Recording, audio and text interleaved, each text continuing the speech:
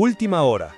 Lo que estás a punto de escuchar es una de las historias más impactantes y sorprendentes que han salido desde Ecuador en los últimos meses. Una historia que no solo revela fallas dentro de un sistema que debería ser completamente seguro, sino también la fuerza y alcance de una estructura que, según las autoridades, operaba con una precisión calculada incluso desde un entorno donde todo debería estar controlado. Todo gira alrededor de un nombre que ha comenzado a circular con fuerza en medios y análisis internacionales, alias Negro Tulio.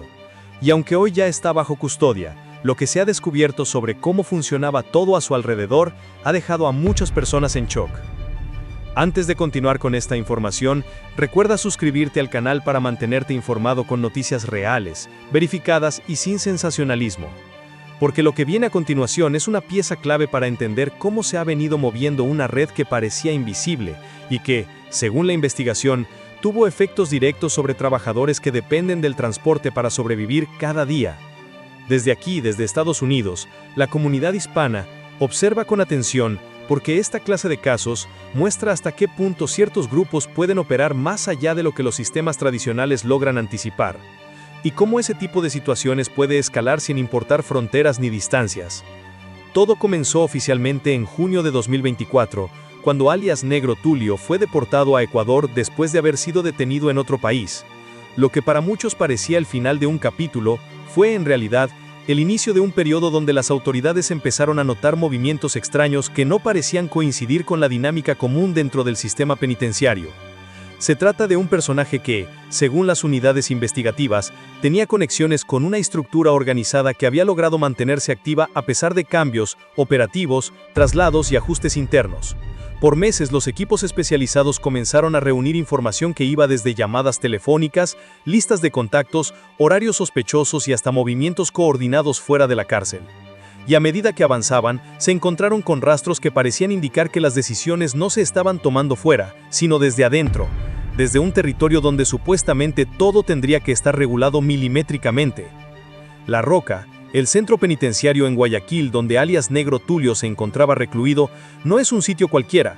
Es uno de los lugares de más alta seguridad en Ecuador, diseñado para albergar a personas consideradas altamente peligrosas y que requieren medidas extraordinarias para evitar cualquier tipo de actividad paralela. Aún así, lo que los agentes fueron descubriendo poco a poco dejó en evidencia que había maneras en las que esta persona habría logrado comunicarse con el exterior, utilizando intermediarios, estrategias de comunicación disimuladas y conexiones que, según los reportes, estaban previamente establecidas antes incluso de su deportación. Las autoridades señalan que la operación estaba diseñada de tal forma que cada pieza cumplía un rol específico y que el objetivo era mantener control sobre quienes trabajaban en el transporte, un sector vulnerable y expuesto a presión constante. Este caso ha capturado la atención de analistas de seguridad en Estados Unidos no solo por la magnitud del hecho, sino porque refleja una tendencia que se ha visto en varios países: estructuras pequeñas que logran manejar operaciones completas desde espacios donde debería ser imposible. Lo más inquietante es la capacidad de adaptación, el nivel de coordinación y la forma en la que se infiltra en canales de comunicación incluso cuando hay monitoreo constante. Para la comunidad hispana que vive en Estados Unidos y sigue de cerca las noticias de su país de origen, este tipo de revelaciones genera preocupación y también preguntas sobre cómo estas situaciones pueden impactar indirectamente otros territorios o servir de modelo para grupos similares en otras naciones. Mientras los días pasaban, los investigadores empezaron a notar un patrón repetitivo: llamadas breves que no parecían tener importancia, visitas aparentemente rutinarias, mensajes que no parecían relevantes por sí solos. Pero cuando todo se colocó sobre una misma línea, el panorama cambió por completo. Todo encajaba.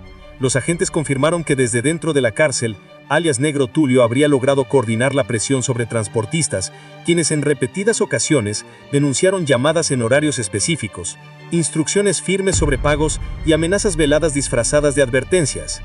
La manera en la que estas comunicaciones llegaban a sus víctimas mostraba que existía un método estructurado cuyo propósito era mantener un control territorial indirecto sin necesidad de que la persona estuviera físicamente presente.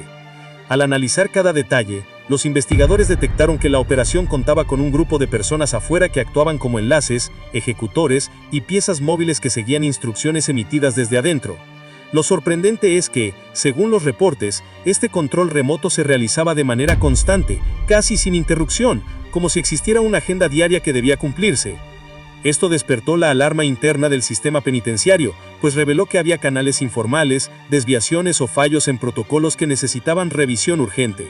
También subrayó la necesidad de revisar los mecanismos de supervisión sobre visitas, comunicaciones permitidas y tecnología interna.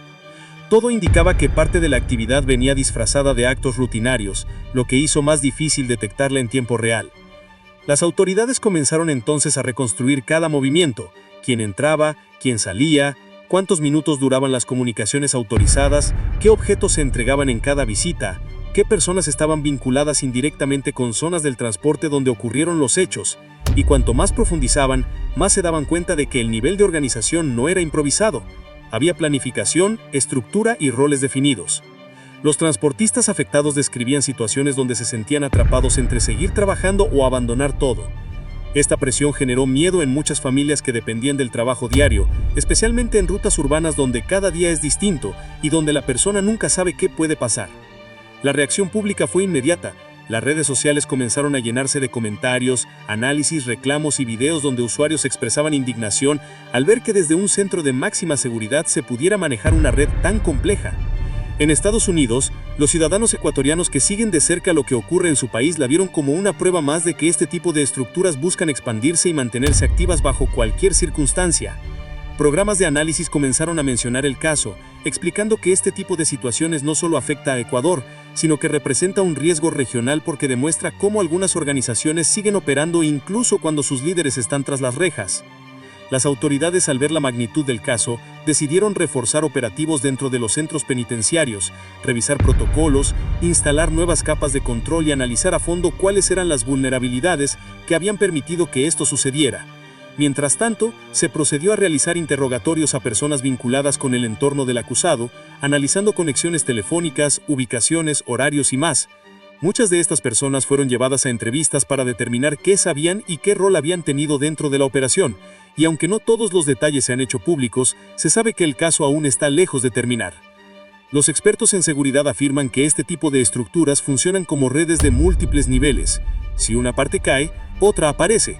Por eso detener a la persona principal no necesariamente significa el final del sistema.